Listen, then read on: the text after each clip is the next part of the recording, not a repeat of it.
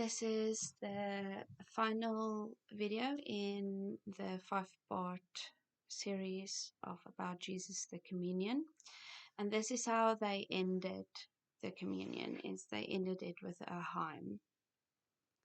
So they praised the Father together,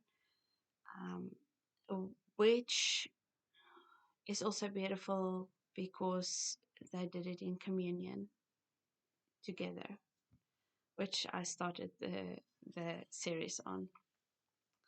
But what does that tell us about Jesus?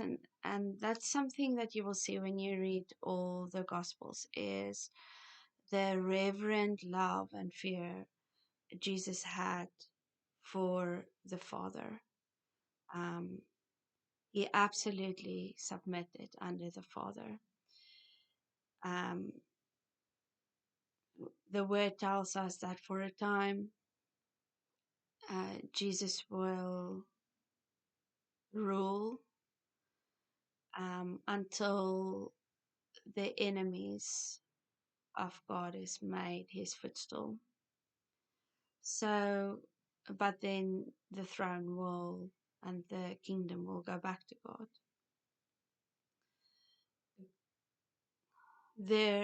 There are also things that only God knows. And one of them is when Jesus will return. Jesus told us the only one that knows when that day is the Father. So there was a complete and reverent fear and a beautiful worship of Jesus for the Father. And that is something that we must never lose. It's a reverent fear for God. I think a lot of Christians see God as this Santa Claus figure that they can tell him what they want him to do and how they want him to change. He's God. He's God. What are you thinking? I think a little bit of fear would do you good. And that brings me to another thing that I've seen in the churches here is the blasphemy.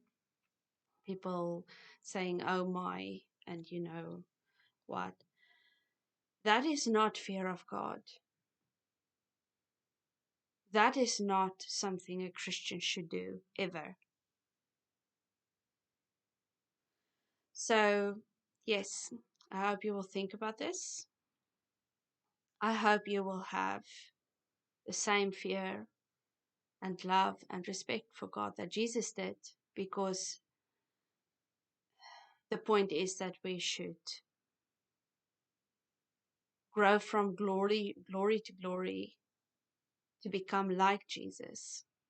So, yes.